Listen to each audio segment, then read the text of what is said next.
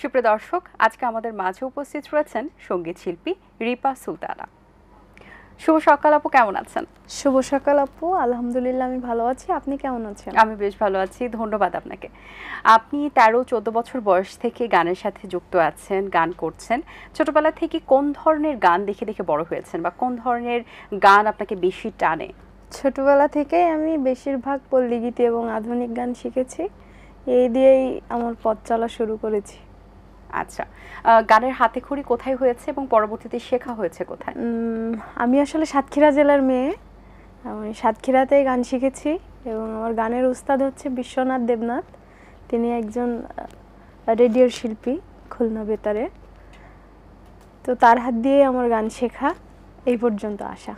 আচ্ছা, আমরা একটু আপনার কণ্ঠে এখন একটি গান শুনতে চাই। শুরুতেই কোন গান দিয়ে শুরু করবেন, পল্লীগীতি নাকি আধুনিক? আসলে শুরুতেই আমি আধুনিক গান দিয়ে শুরু করতে চাই। সাবিনা ম্যামের একটি গান দিয়ে শুরু করছি, আশা করি ভালো লাগবে। ঠিক আছে। তুমি আমার মনের মানুষ, মনের ভিতর, তুমি আমার মনের মানুষ, মনের ভিতর, তুমি আমার জান বন্ধু, অন্তরের অন্তর, তুমি আমার কইরো না গো কোনদিনও পর। বাহ, চমৎকার! অসংখ্য ধন্যবাদ আপনাকে। এখন পর্যন্ত কি মৌলিক গান রিলিজ হয়েছে? হলে কয়টি হয়েছে? এখনো পর্যন্ত আমি কোনো মৌলিক গান করি নাই। আচ্ছা, আমি বিটিভিতে তালিকাভুক্ত আছি, বিটিভিতে গান করেছি এবং এশিয়ান টেলিভিশনে একবার গান গেয়েছি, এই তো। আচ্ছা, যেহেতু আপনি বিটিভিতে তালিকাভুক্ত আছেন, সেখানকার কাজ করার অভিজ্ঞতা কেমন? সেখানে কাজ করার অভিজ্ঞতা বলতে আমি 23 সালে তালিকাভুক্ত। আমি ইতিমধ্যে 2বার গিয়েছি রেকর্ডিংয়ে, 2টা গান গেয়েছি মাত্র। আচ্ছা, মৌলিক গান রিলিজ না করার কারণ কি বা গাওয়া হয়নি কেন, বা ইচ্ছা আছে কিনা? মৌলিক গান গাওয়ার ইচ্ছা আসলে নাই বলা ভুল হবে, আছে, কিন্তু আমি যেহেতু অনেক দূরে থাকি, ঢাকা থেকে, আমি সাতক্ষীরাতেই থাকি, আমি ঢাকায় থাকি না, তো ওখান থেকে আসলে এসে সম্ভব হয় না যে ঢাকাতে এসে মৌলিক গান করব কিংবা এরকম ইচ্ছা। সো গানের সেক্টরে সবচেয়ে বেশি আপনাকে কে অনুপ্রেরণা জুগিয়েছেন?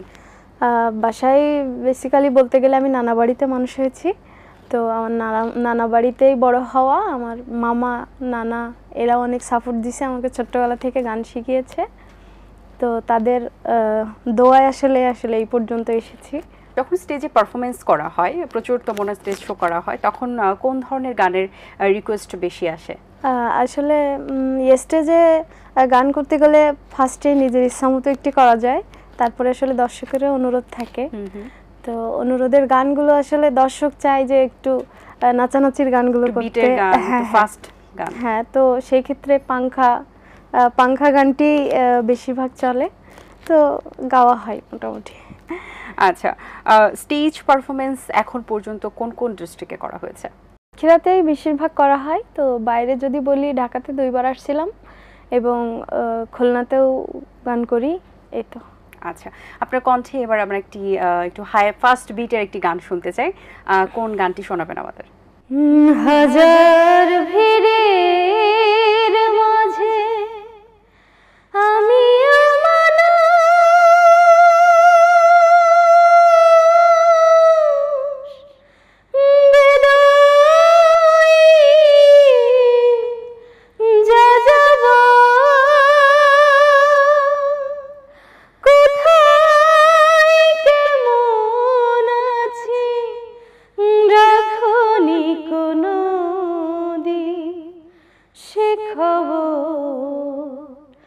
হাজার ভিড়ের মাঝে আমি মানুষ,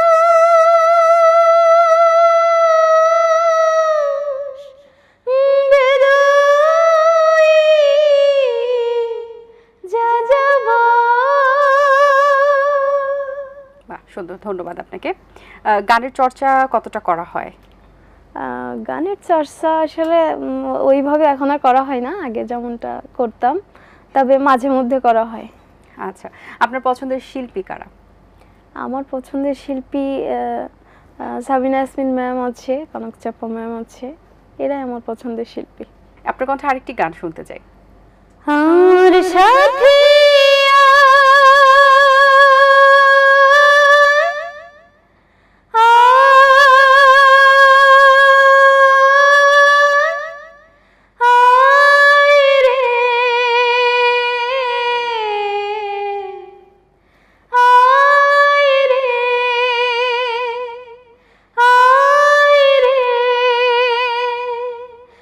আমার সুরের সাথী আয় রে, তোমার সুরে ডাকি রে, ময়ূরী আছে ময়ূর নাই রে, আয় রে আমার মন কাঁদে রে। ধন্যবাদ আপনাকে। সো এখন তো সবাই মিউজিক ভিডিও নিয়ে খুব বেশি ব্যস্ত, ভাইরাল হতে চাচ্ছেন সকলেই।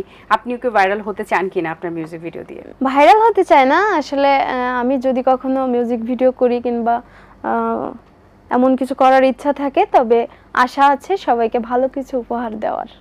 আচ্ছা, আপনার কাছে কি মনে হয় একটা শিল্পীর জন্য কোয়ালিটি বেশি ইম্পর্ট্যান্ট নাকি কোয়ান্টিটি? কোয়ালিটিটাই মেন আমি মনে করি। আপু, আমরা গল্পের আড্ডায় প্রায় শেষ প্রান্তে চলে এসেছি। যাওয়ার আগে আপনার কণ্ঠে একটা পল্লী গীতি শুনতে চাই। অবশ্যই, আমি ছোটবেলায় এই গানটি শিখেছিলাম, আমার সোনার ময়না পাখি, আমার স্যার আমাকে খুব ভালোবেসে গানটি শিখেছিলেন, আমি অল্প একটু গাওয়ার চেষ্টা করছি। কুন্দুশীতে গেলা উইরা রে,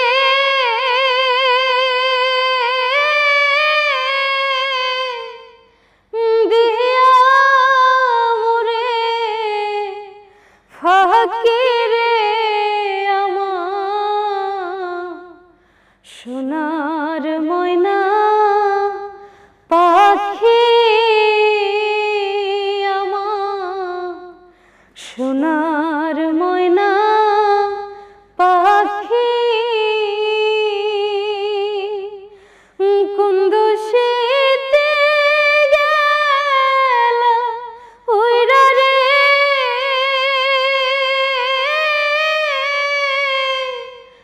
দিয়া মোরে ফাঁকি রে, আমার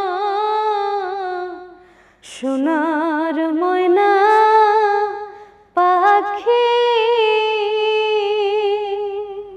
অসংখ্য ধন্যবাদ আপনাকে, খুব ভালো লেগেছে আপনার সাথে কথা বলে। আপনাকে সুন্দর অনেক কিছু গান ধন্যবাদ। শুনিয়েছেন। অনেক শুভকামনা রইল আপনার জন্য।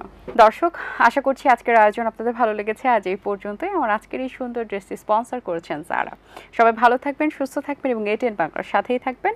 আল্লাহ হাফেজ। দিন আসে দিন যায়, সময়টা চলে যায়, তবু আছি এই বেশ ভালো। জীবনটা রঙময়, যেভাবেই হওয়া চাই, নয় কবু সাদা কালো।